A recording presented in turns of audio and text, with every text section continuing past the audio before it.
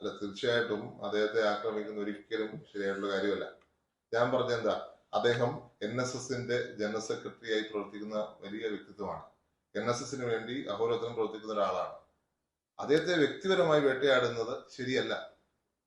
അദ്ദേഹത്തിന് ചില നിലപാടുകളുണ്ട്. ആ നിലപാടുകൾ ഇഷ്ടമല്ലെങ്കിൽ അദ്ദേഹത്തെ വേട്ടയാടുകയാണോ ചെയ്യുന്നത്, അദ്ദേഹത്തെ വ്യക്തിപരം ആക്ഷേപിക്കുകയാണോ ചെയ്യുന്നത്?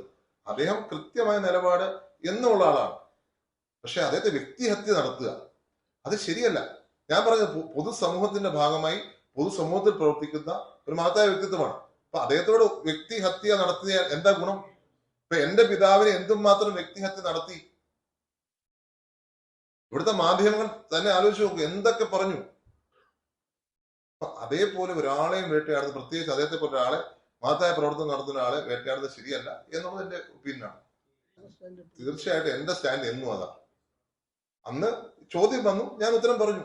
എന്റെ സ്റ്റാൻഡ് എന്നും അതാണ്. തീർച്ചയായിട്ടും എനിക്ക് വ്യക്തിപരമായി മറക്കാൻ പറ്റാത്തൊരു നേതാവാണ് അദ്ദേഹം എന്നുള്ള കാര്യത്തിൽ യാതൊരു സംശയവുമില്ല. ഞങ്ങളുടെ കുടുംബവും എന്റെ പിതാവുമായിട്ട് വലിയ അടുത്ത ബന്ധമുണ്ടായിരുന്നു അദ്ദേഹത്തിന്. തീർച്ചയായിട്ടും അതേ ബന്ധം ഞങ്ങൾക്കുണ്ട്. അതേ മാന്യതയിൽ, അതേ സ്നേഹത്തിലാണ് ഞങ്ങൾ ഇന്നും അദ്ദേഹത്തെ കരുതുന്നത്. അദ്ദേഹത്തിന്റെ നിലപാടുകളെ ഇങ്ങനെ വ്യക്തിഹത്യ നടത്തി ആക്രമിക്കുന്നത് ശരിയല്ല എന്ന് ഞാൻ പറഞ്ഞു. സർക്കാർ കാണിച്ച ഏറ്റവും അന്യായം ഞങ്ങളുടെ മണ്ഡലത്തിലാണ് കാണിച്ചിരിക്കുന്നത്. അങ്ങനെ പറയേണ്ടി വരുവാണെങ്കിൽ അങ്ങനെ പറയും.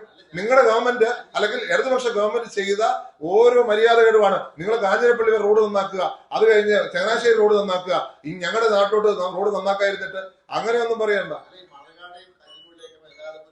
അതെ, അതൊക്കെ ആദ്യം നല്ല റോഡ് വരട്ടെ, കുഴി അടച്ച റോഡ് വരട്ടെ. ഉദ്യോഗസ്ഥർ മാത്രമല്ല, ഉത്തരവാദിത്ത രാഷ്ട്രീയത്തിലുണ്ട്. എന്റെ അടുത്ത് ഉദ്യോഗസ്ഥർ പറഞ്ഞു ഇന്നലെ രാഷ്ട്രീയമാണ് എന്ന് പറഞ്ഞു. നിങ്ങൾക്ക് കേസ് കിട്ടാത്തതിന്റെ കാരണം പറഞ്ഞു. അങ്ങനെ പറയുകയാണെങ്കിൽ എനിക്ക് പറയേണ്ടി വരും. ഞാൻ രാഷ്ട്രീയം പറയേണ്ടതെന്ന് വെച്ചോണ്ട് ഞാൻ പറഞ്ഞില്ല എന്നേ ഉള്ളൂ.